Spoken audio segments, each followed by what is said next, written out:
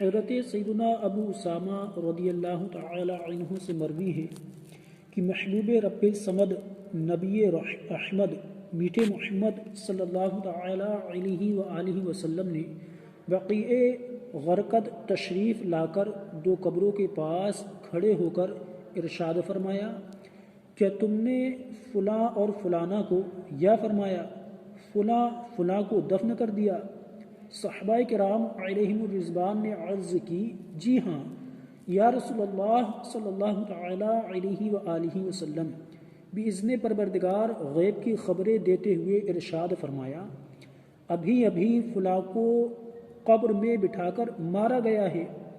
پھر فرمایا، اس ذات کی قسم جس کے قبضہ قدرت میں میری جان ہے، اسے اتنا مارا گیا ہے کہ اس کا ہر عضو جدا ہو چکا ہے، اور اس کی قبر میں آگ بھڑکا دی گئی ہے، اور اس نے ایسی چیخ ماری ہے جسے سوائے جن و انس کے تمام مخلوق نے سن لیا ہے۔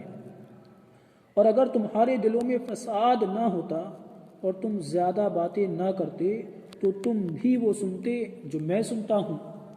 پھر فرمایا، اب دوسرے کو بھی مارا جا رہا ہے۔ پھر فرمایا، اس ذات کی قسم جس کے دستے قدرت میں میری جان ہے، اسے بھی اس قدر زور سے مارا گیا ہے کہ اس کی بھی ہر ہڈی جدا ہو گئی ہے، اور اس کی قبر میں بھی آگ بھڑکا دی گئی ہے۔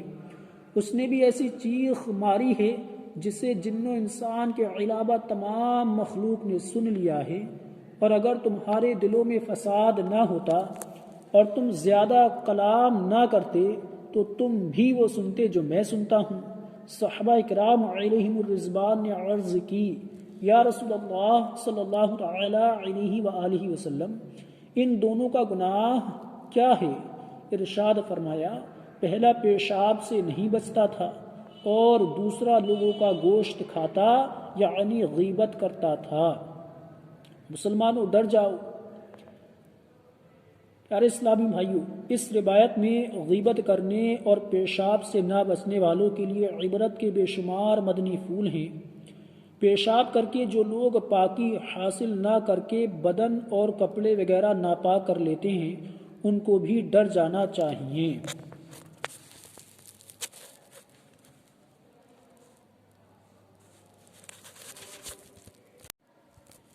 فرمان مصطفیٰ صلی اللہ تعالی علیہ وآلہ وسلم ہے، پیشاب سے بچو، عام طور پر عذاب قبر اسی کی وجہ سے ہوتا ہے۔ اس ضمن میں ایک لرزہ خیز حکایت ملاحظہ ہو، چنانچہ پیشاب سے نہ بچنے والے کی قبر سے پکار۔ دعوت اسلامی کے اشاعتی ادارے مکتبۃ المدینہ کی مطبوعہ 413 صفحات پر مشتمل کتاب عیون الحکایات حصہ دوم صفحہ 187 پر ہے۔ حضرت سیدنا عبداللہ ابن عمر رضی اللہ تعالی عنہما فرماتے ہیں، ایک مرتبہ دوران سفر میرا گزر زمانہ جاہلیت کے قبرستان سے ہوا۔ یکایک ایک مردہ قبر سے باہر نکلا، اس کی گردن میں آگ کی زنجیر بندھی ہوئی تھی۔ میرے پاس پانی کا ایک برتن تھا۔ جب اس نے مجھے دیکھا تو کہنے لگا، اے عبداللہ، مجھے تھوڑا سا پانی پلا دو۔ میں نے دل میں کہا، اس نے میرا نام لے کر مجھے پکارا ہے، یا تو یہ مجھے جانتا ہے یا عربوں کے طریقے کے مطابق عبداللہ کہہ کر پکار رہا ہے۔ پھر اچانک اسی قبر سے ایک اور شخص نکلا۔ اس نے مجھ سے کہا، اے عبداللہ، اس نافرمان کو ہرگز پانی نہ پلانا، یہ کافر ہے۔ دوسرے شخص پہلے کو گھسیٹ کر واپس قبر میں لے گیا۔ میں نے وہ رات ایک بڑھیا کے گھر گزاری۔ اس کے گھر کے قریب ایک قبر تھی۔ میں نے قبر سے یہ آواز سنی، بولو وما بول، شنو وما شن، یعنی پیشاب پیشاب کیا ہے، مشکیزہ مشکیزہ کیا ہے۔ اس آواز کے متعلق بڑھیا سے پوچھا تو اس نے کہا، یہ میرے شوہر کی قبر ہے، اس سے 2 خطاؤں کی سزا مل رہی ہے۔ پیشاب کرتے وقت یہ پیشاب کے چھینٹوں سے نہیں بچتا تھا۔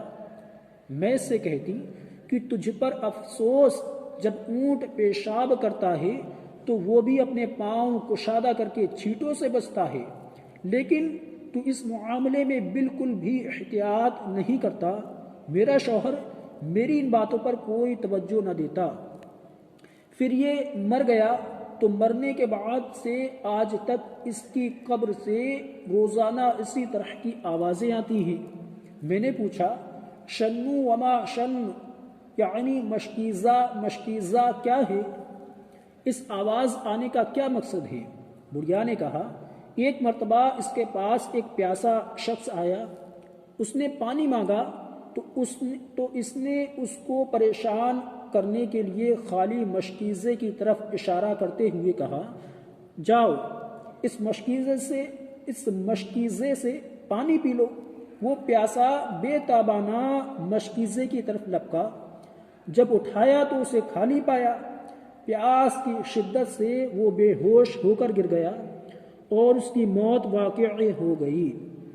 پھر جب سے میرا شوہر مرا ہے آج تک روزانہ اس کی قبر سے آواز آتی ہے شنو وما شن، یعنی مشکیزہ مشکیزہ کیا ہے؟